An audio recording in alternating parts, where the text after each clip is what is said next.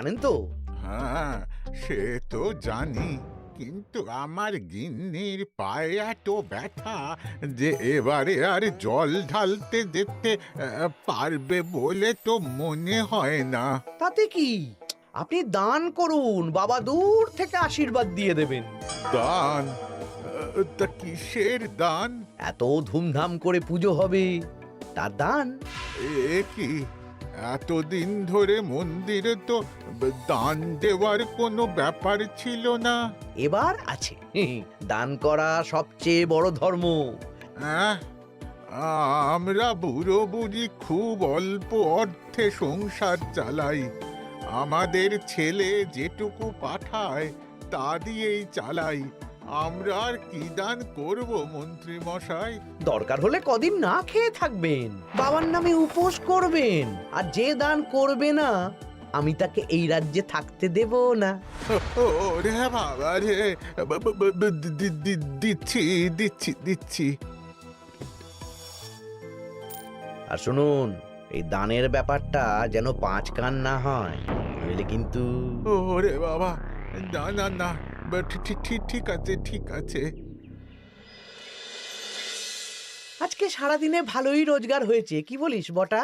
হ্যাঁ, কালকে আবার সারাদিন চাঁদা তোলা হবে। চাঁদা নয়, বল চাঁদার নামে দান তুলছি। হ্যাঁ, আর যা ভয় দেখাচ্ছি, কেউ ভয় মুখ খুলবে না। এই তো যাই, এরকম চলতে থাকলেই আমাকে সেরার সেরা দানি হওয়া থেকে কেউ আটকাতে পারবে না।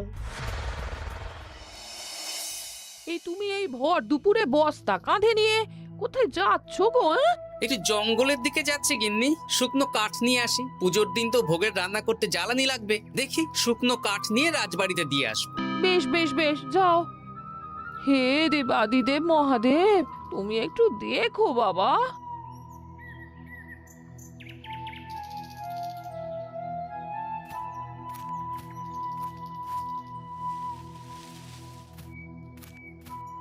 আরে আরে, নগেন খুঁড়ো না, এই সময় কাঠ কুড়োচ্ছ কেন?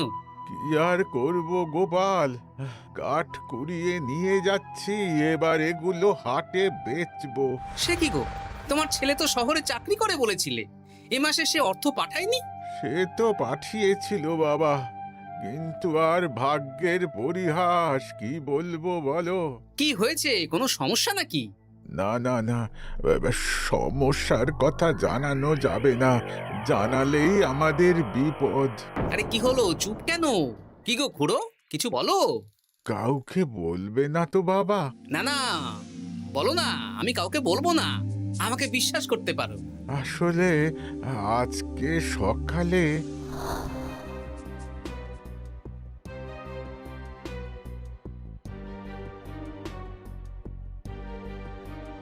হ্যাঁ, মন্ত্রী মশাই? হ্যাঁ, শুধু আমাদের বাড়ি থেকে না, গ্রামের সব বাড়ি থেকে তুলেছে। ঠিক আছে খুড়ো, তুমি নিশ্চিন্তে থাকো। আর আমার চিন্তার শেষ নেই। আমার গিন্নির কদিন ধরে এত পায়ে ব্যথা যে এবারে অতটা হেঁটে মন্দিরে বাবার মাথায় দুধ ঢালতে যেতে পারবে না। ঠিক আছে, তুমি একদম চিন্তা করো না, আমি দেখছি কি করা যায়।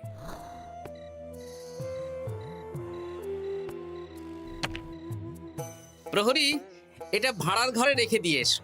বলো গোপাল দিয়েছে, ভোগ রান্নার সময় জ্বালানি লাগবে তো, তাই এই কাঠ দিয়ে গেলাম। আচ্ছা গোপাল দাদা।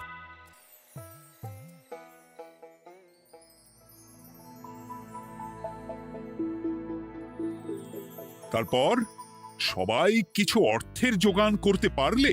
মহারাজ, আমি 5 মোহর অর্থ সাহায্য করতে চাই। আমিও 5 মোহর মহারাজ। বেশ গোপাল। মহারাজ, এখন আমার হাত একদম খালি, তাই আমি অন্যভাবে সহযোগিতা করার চেষ্টা করছি। কিরকম? এই তো গতকাল আমি 1 বস্তা কাঠ দিয়ে গিয়েছি, আজকে আরো দেব। তারপর আগামীকাল মন্দির চত্বর পরিষ্কার করব, আগাছা পরিষ্কার করব, পুজোর দিন ভিড় সামলাবো, যারা দূর থেকে আসবে তাদের একটা গরুর গাড়ি করে নিয়ে আসবো। আচ্ছা বেশ বেশ, কর। মন্ত্রী।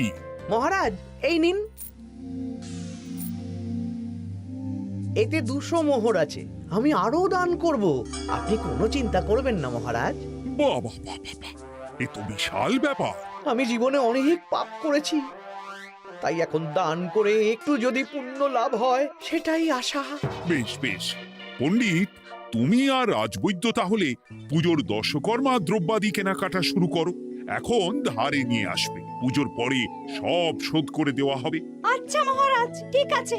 তাহলে আজকে আমি আর পণ্ডিত মশাই দুজনে বাজারের দিকে যাব আর সব দশকর্মার দ্রব্যাদি কিনে নিয়ে আসবো। হ্যাঁ হ্যাঁ, তাই কর।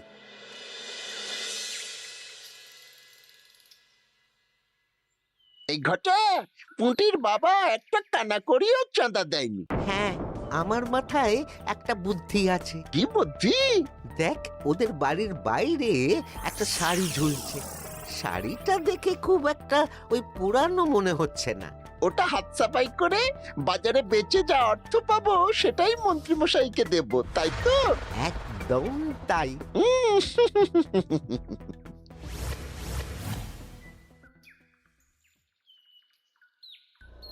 হাই পুটি, দেখ তোদের বাড়ি থেকে বটা ঘটা কাকা শাড়ি চুরি করছে। হ্যাঁ তাই তো। ন্যাপলা, ওরে বাবা রে, মরে গেলাম রে, ওরে মরে গেলাম। পালাও, পালাও, পালাও। ওরে বাবা। এই কি হয়েছে রে? চিৎকার করছিস কেন? আর বটা ওভাবে পালালো কেন? এই বটা ঘটা কাকা ওই পুটির মায়ের শাড়ি চুরি করে পালাচ্ছিল, আমরা ধরে ফেলেছি। সাব্বাস, এই তো চাই।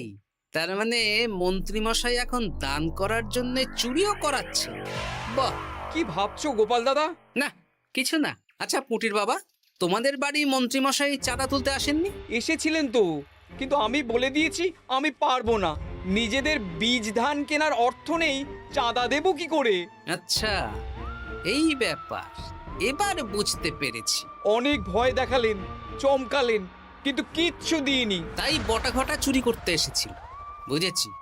বেশ, এই সাবধানে থেকো। কিভাবে যে সংসার চালাবো? শোনো পুটির বাবা, তুমি এক কাজ করো। বলো। জঙ্গলে অনেক ধুত্র গাছ, আকন্দ গাছ আছে। তুমি পুজোর দিন সকাল থেকে মন্দিরের কাছে একটা ফুল মালা বেলপাতার দোকান দাও। এটা ভালো বুদ্ধি দিয়েছো। আমি তো এখন মন্দির প্রাঙ্গণ সাফ সাফাই করতে যাচ্ছি। আমি বরং কাজের ফাঁকে তোমার জন্য একটা ছাউনি দিয়ে মন্দিরের কাছে দোকান বানিয়ে দেব। তাহলে তো খুবই ভালো হয়। এই পুটি, তোরাও আমার সাথে চল, হাতে হাতে সাহায্য করবি। চল চল চল। চলো গোপাল দাদু।